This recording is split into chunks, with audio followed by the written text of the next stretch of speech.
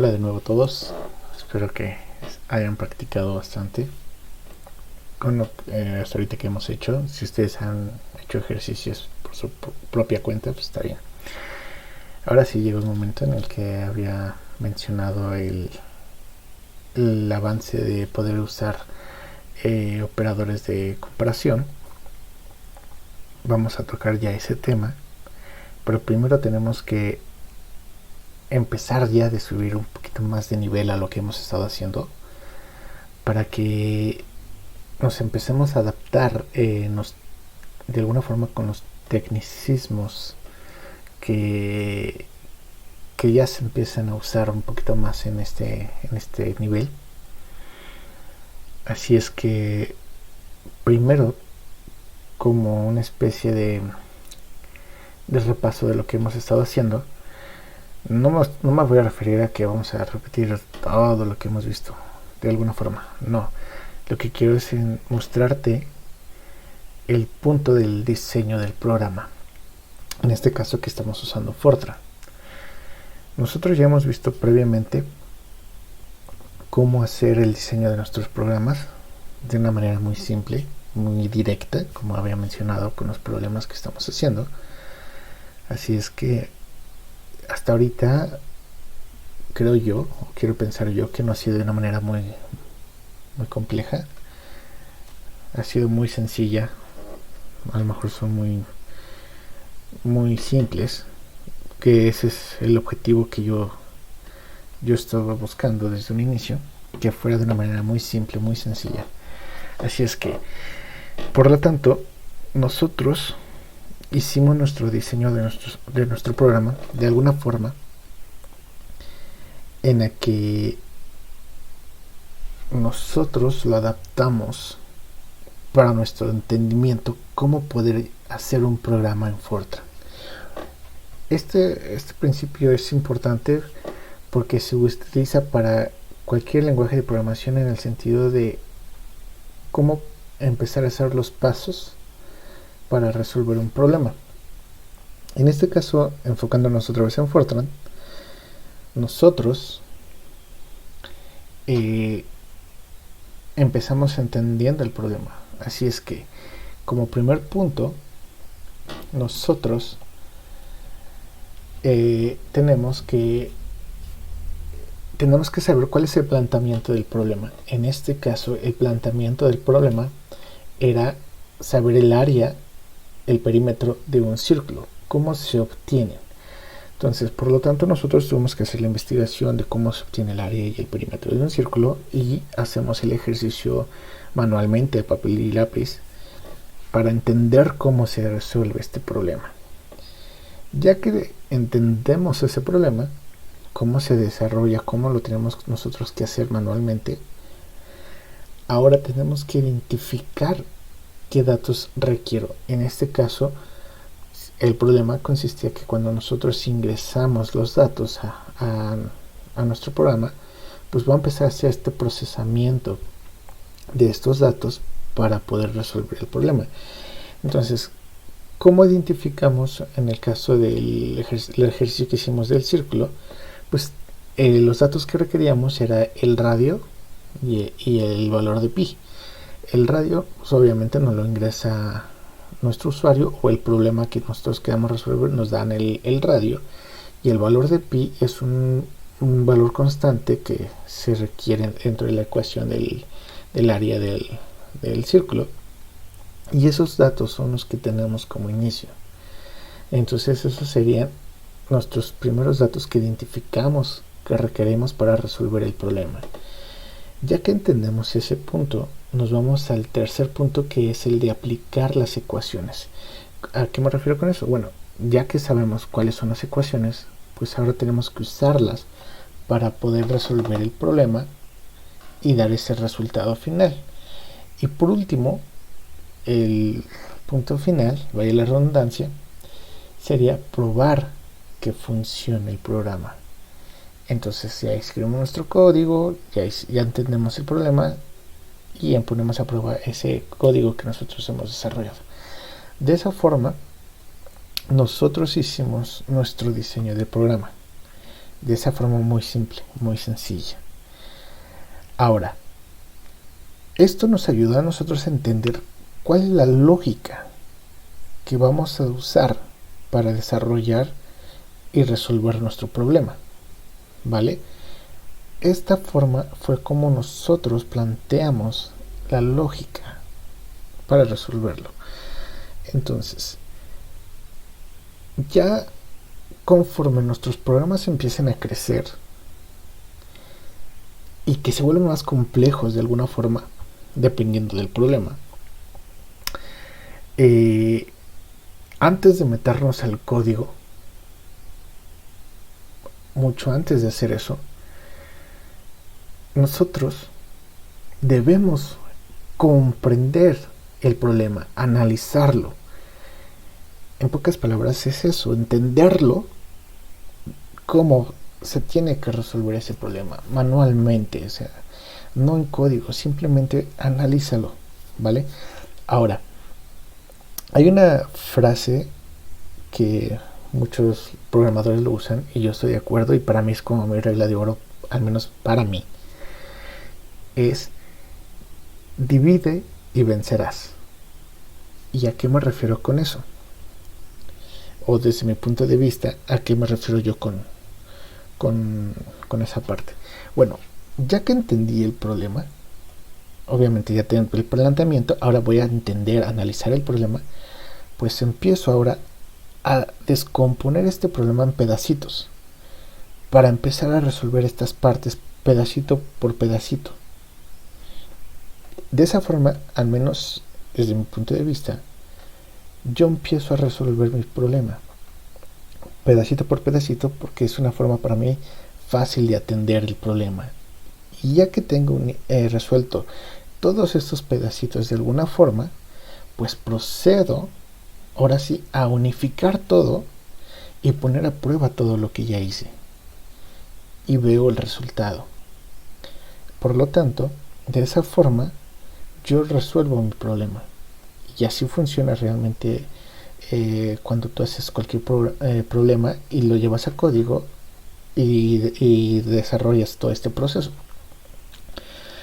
Por lo tanto, en Fortran, ya entendiendo esta parte en Fortran, la forma en la que se lee el código, desde el punto de vista, digámoslo, no como el usuario, sino la computadora, lo va a leer de arriba a abajo. Entonces, siempre el diseño del programa va a empezar de arriba hacia abajo, porque así es como lo lee Fortran, ¿vale? Ahora, ya hablando de una forma más técnica, en Fortran se tiene su diseño del programa para poder desarrollar de una manera más, digámoslo así, organizada en ciertos pasos, con ciertos pasos para desarrollar estos ejercicios o problemas que tú tengas. Estos problemas son muy similares a como lo hicimos en este caso: el planteamiento del problema, identificar qué datos requiero, aplicar las ecuaciones y probar que funcione el problema.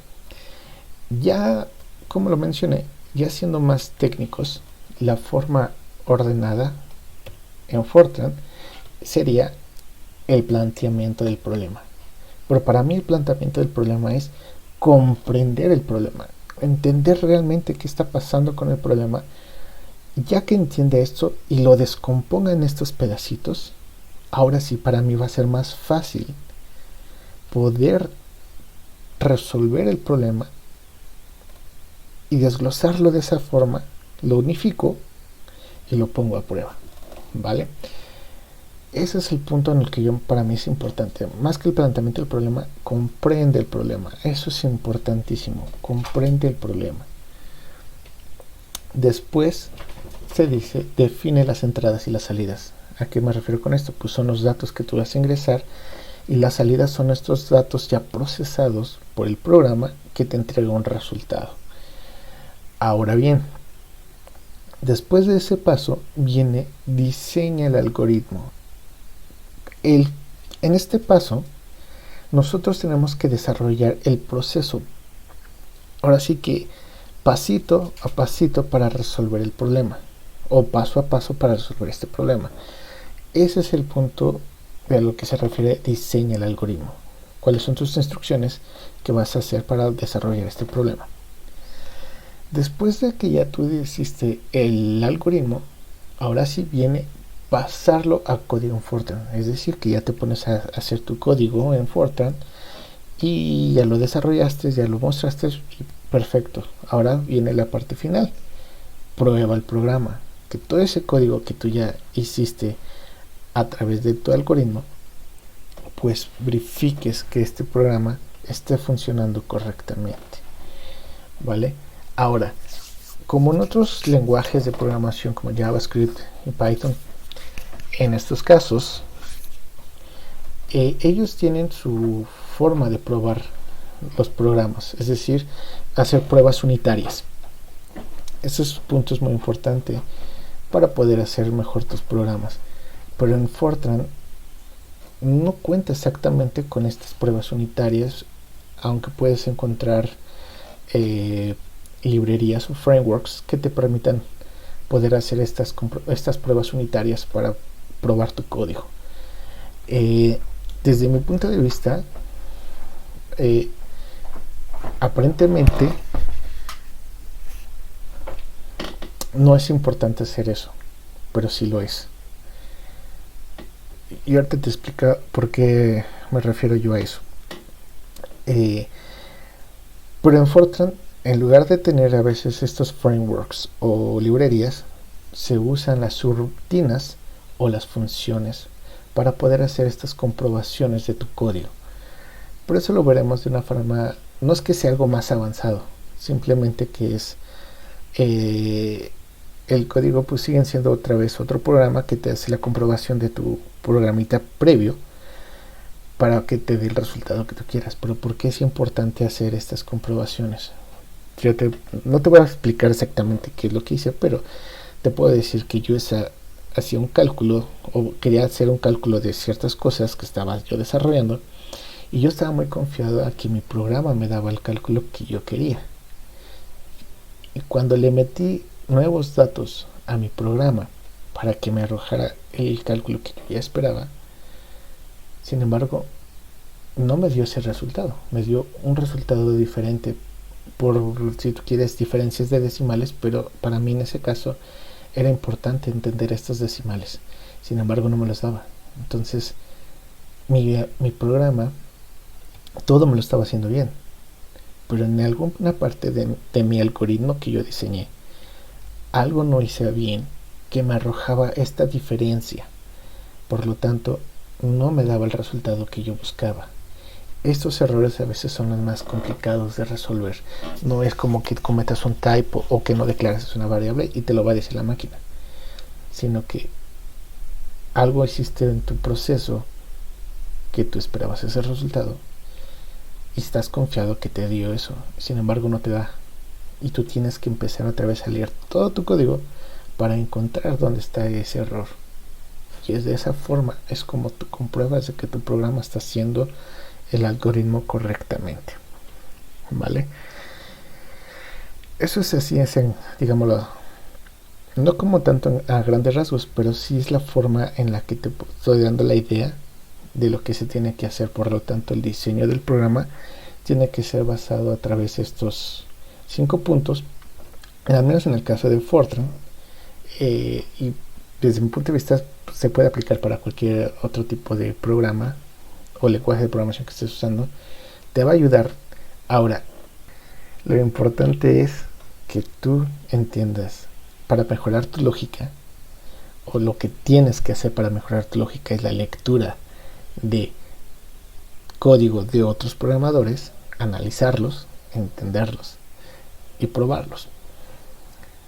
Después practica mucho con los diagramas de flujo que te ayudan a entender mucho a mejorar tu lógica y a entender también cómo funcionan los programas.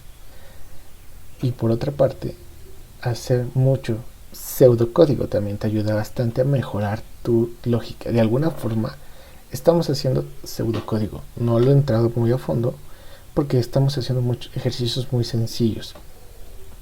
Conforme ya empiezan a incrementar nuestros programas, lo primero que voy a empezar a hacer para mostrarte es hacer el pseudocódigo para que veas cómo yo lo uso. Tú lo vas a usar también conforme tú lo estés entendiendo, pero tú lo puedes usar de una manera distinta a la mía. Pero mientras tú entiendas cuáles son los pasos, pues lo vas a aplicar. Al igual los diagramas de flujo son muy buenos, pero no me voy a centrar ahorita con ellos porque mi objetivo es de que entiendas cómo programar, cómo empezar a usar la lógica, y poco a poco tú vas a ir incrementando esta lógica a través de los pseudocódigos y los diagramas de flujo y las lecturas que tú tengas de código. Ahora sí, ya entendiendo esta parte, vamos a proceder, si interesa más, que es cómo empezar a usar los operadores de comparación. Pero antes de ello tenemos que entender cómo surgen estos operadores. Bueno, no cómo surgen, sino, digámoslo así, cómo se empiezan a relacionar mucho esto con los operadores lógicos, los operadores de relación y por ende los operadores de comparación. Así es que los operadores lógicos, voy a quitar ya la presentación. Los operadores lógicos solamente se compone en dos partes, lo que se conocen como falso o verdadero, no hay más, ¿sale? También se pueden usar en el programa o en Fortran, ya sean como variables o como constantes, que son muy raros los casos que se usen como constantes, pero se puede dar el caso. Hasta ahorita yo no he visto uno, pero sí hay ejercicios pequeños para entender cómo funcionan cuando tú lo declaras como una constante y cuando es una variable. Ahora, como digamos un adelanto, cuando tú declaras una constante de un tipo de dato lógico, no se declara con el atributo parameter, como te lo expliqué previamente, porque si tú lo haces de esta forma te va a marcar un error al momento de compilar. Así es que no se declara con el atributo parameter, se declara de la forma cuando empezamos a hacer los primeros ejercicios, como declaramos una constante sin el atributo parameter, lo hacemos de esa misma forma, pero como es un atributo lógico, pues te darás cuenta que estás usando una constante con el tipo de dato lógico. Pero como te digo, son muy pocos los programas que tú vas a encontrar realmente que se usen de esa forma, o son muy extraños, ¿vale? Por eso para que tú lo entiendas, lo vamos a hacer con ejercicios ya en programación, ya en código. Pero por el momento quiero que me sigas el hilo de lo que tenemos que hacer. Entonces, son los operadores lógicos, falso y verdadero, dos valores, nada más. Ahora, los operadores de relación son estos que te estoy mostrando aquí, que es el igual. En este caso se usan dos iguales para poder representar que estás haciendo una relación de un dato con respecto a otro.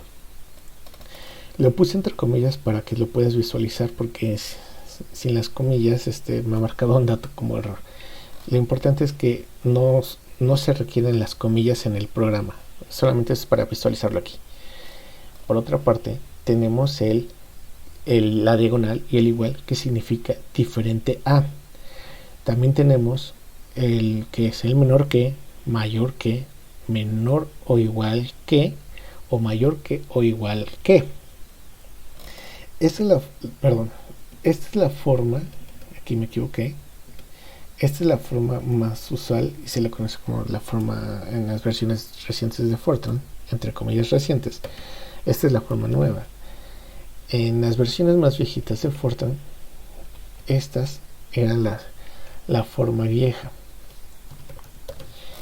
que se usaban para poder representar estos operadores de relación, que estos están en inglés, que se refieren equal, not equal, less than, greater than, less equal and great equal.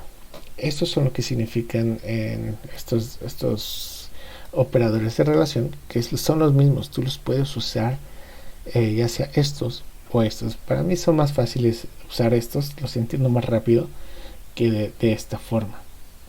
Ahora, ¿cómo los aplican en Fortran? Bueno, aquí dejé este otro campo vacío para que entiendamos o tú me sigas el hilo de lo que estoy haciendo con respecto con mis operadores de relación.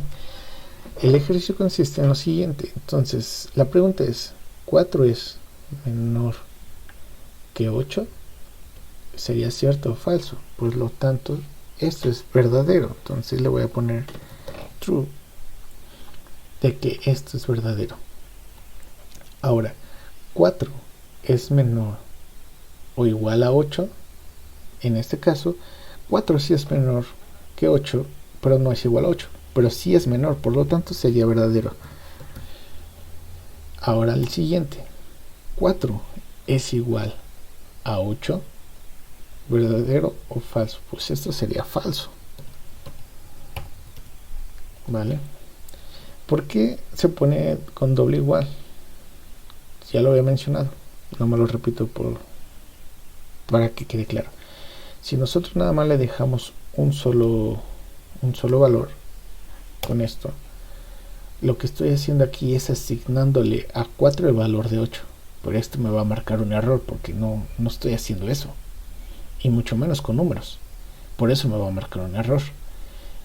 Si fuera letras o un nombre de caracteres que le asigno el valor de 8, pues me va a guardar el 8. Pero en este caso son números. Entonces, si yo dejo esto así, va a estar mal. Lo tengo que poner de esta forma. Claro, las comillas no son necesarias para el programa, solamente es para explicarlo en esta tablita. Ahora, vamos al siguiente punto. 4 es mayor a 8, ¿sería verdadero o falso? Pues es falso, porque 4 es mayor que 8. Ahora, el siguiente punto es 4 es menor o igual a 4. Bueno, pues 4 no va a ser menor a 4, pero sí es igual a 4, por lo tanto este va a ser verdadero. Y por último, vamos a ver aquí las cadenas de caracteres, donde A es menor a B. Esto sería verdadero. ¿Pero por qué? Porque cuando estamos haciendo ya la comparación entre letras, se usa o hace esta comparación en función del alfabeto numérico. Por lo tanto, este tiene un orden diferente de las letras. Por eso es que va a ser A va a ser menor a B, por este orden. No te preocupes por el momento si esto no te ha quedado muy claro. Lo vamos a ver con un ejercicio más adelante, donde entraremos más a detalle a qué me refiero con el alfabeto numérico. ¿Vale? Ahora, estos son los operadores de relación. Ya lo acabamos de ver. ¿Para qué nos sirven? Para poder hacer estas comparaciones con los números o en cadenas de caracteres. El siguiente punto es entender cuáles son los operadores de comparación. Ahora sí, los importantes que quería mostrar. Los operadores de comparación se componen por 5, que es el AND, OR, si no me recuerdo, creo que es equivalence, non-equivalence y not. Aquí, para poder entenderlos a fondo, aquí le puse nosotros la definición de lo que hace esta función. No es una función, pero digamos la función en contexto de lo que hace el AND es que su resultado va a ser verdadero si los valores que se comparan entre el caso de value 1 y value 2, si ambas son verdaderos, es decir, que el valor 1 el valor 1 y el valor 2, si estos dos son iguales a verdadero, por lo tanto va a ser su resultado verdadero. Pero si los dos son el valor 1 y el valor 2 son falsos, va a ser falso. Y si este valor 1 va a ser verdadero y este va a ser falso, pues va a ser falso. Eso es lo que nos está diciendo de la función de lo que hace el AND. Forzosamente tienen que ser los dos valores iguales a verdadero, si no siempre va a ser falso. En contexto de la función de ENOR, aquí nos está diciendo que su resultado va a ser verdadero si uno es verdadero o ambas son verdaderas. Por lo tanto, solamente con que uno sea verdadero o que ambas se igualen a verdadero, va a ser el resultado verdadero. En el caso de equivalence, su definición es: su resultado va a ser verdadero si el valor 1 es igual al valor 2. Estos pueden ser verdadero o falso. Quiere decir esto que el valor 1 y el valor 2, si son iguales, en decir verdadero los dos, va a ser verdadero.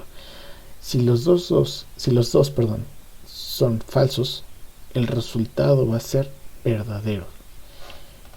Ahora, el siguiente caso, que es non-equivalence, se refiere a que el resultado va a ser verdadero si el valor 1 es falso y el valor 2 es verdadero. Ahora sí que es caso contrario al equivalence. El otro es non-equivalence y el primero es equivalence. Por lo tanto, lo que pasa aquí, lo que te está diciendo aquí, que mientras sean los dos iguales, van a ser verdaderos. Aquí te está diciendo lo contrario. Mientras estos sean diferentes, es decir, que el valor 1 sea verdadero y el valor 2 sea falso, va a ser verdadero. Pero si son iguales, son falsos. ¿Va? Ahora bien, veamos el operador NOT. Este es el más sencillo de todos, porque en pocas palabras su resultado es el opuesto al valor que contenga el valor 1 o el valor 2. Es decir, que si el valor 1 es verdadero, pues cuando lo comparo con NOT va a ser falso. Si el valor 2 es falso y lo comparo con el NOT, va a ser verdadero. Así de sencillo, ¿vale? Ahora veamos cómo completamos este ejercicio para que nos quede más claro estas comparaciones. Vamos a poner aquí false y también otra vez false, y aquí le vamos a poner true y true. Ok, vamos a poner, digamos, por el momento pares. Los dos primeros van a ser pares de false y los segundos van a ser los pares de true. En el contenido del valor 1 y el valor 2 van a ser totalmente, en lugar que sean también otros dos pares, van a ser así que dispares, donde vamos a poner primero false y aquí va a ser true, y volvemos a repetir estos dos y ya que tenemos esto, así ya podemos nosotros asegurar que se van a hacer las comparaciones sin que se repitan los mismos valores. Es decir, que yo tenga aquí digamos false y aquí es true, y otra vez aquí tenga false y aquí es true. No, buscamos que sean, digamos, que no sean iguales con respecto a su comparación. Entonces, usando el operador AND, como lo había dicho previamente, la regla de esta es que tienen que ser los dos valores, y tienen que ser los dos verdaderos. Mientras los dos no sean verdaderos, todo es falso. Entonces, si aquí tengo que es falso y el otro también es falso, por lo tanto aquí va a ser también falso. Cuando yo tengo ahora en el siguiente caso falso y en el otro valor lo tengo como verdadero, también va a ser falso. Y ahora que yo tengo en el siguiente caso que en el valor 1 es verdadero y el valor 2 es falso, también va a ser falso. Y aquí es donde se cumple la regla. Si el valor 1 es verdadero y el valor 2 es verdadero, va a ser también verdadero. Y es lo que dije. En el caso del AND, forzosamente ambos valores tienen que ser verdaderos para que sean el resultado verdadero. De lo contrario, los demás van a ser falsos. ¿Ok? Espero que me sigas el hilo hasta aquí. Ahora veamos el operador OR. Estamos repitiendo los campos de la misma forma. El operador OR quiere decir que si el valor 1 o el valor 2 es falso también, es decir, falso, el valor 1 es falso o el valor 2 es falso, este también va a ser falso.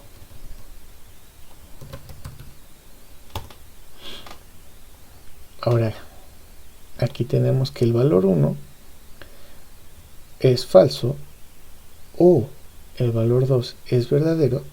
La regla nos dice con que uno sea verdadero, va a ser verdadero. O también, si ambos son verdaderos, va a ser verdadero. Por aquí ya tenemos un verdadero. Por lo tanto, este va a ser un verdadero. Al igual aquí, en el caso 3, el valor 1 es verdadero o el valor 2 es falso, va a ser verdadero.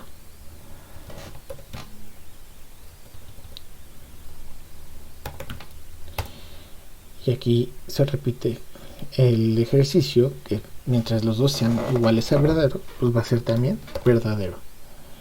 Eso es lo que hace el operador OR.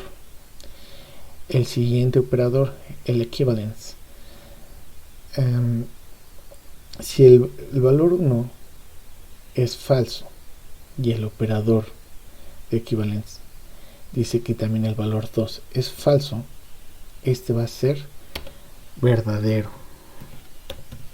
Recuerden que en este caso tienen que ser, tanto el valor 1 como el valor 2 tienen que ser iguales para que sean verdaderos. Cuando son diferentes va a ser falso, por lo tanto true. El valor 1 que es true y el valor 2 que es true también va a ser true, verdadero. Déjenme escribir bien, aquí está. Y estos, como son diferentes, los dos van a ser falso.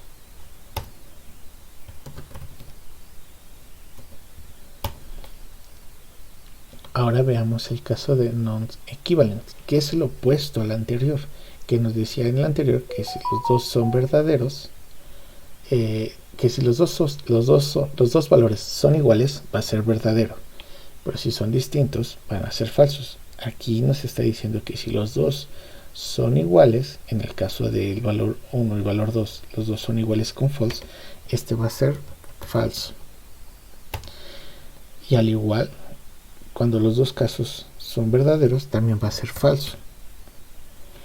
Pero en estos dos casos, donde tenemos que si el valor 1 es falso y el valor 2 es verdadero, por lo tanto se está cumpliendo la condición. Mientras sean diferentes o distintos, va a ser verdadero. Y aquí también se repite lo mismo, porque tenemos dos valores distintos.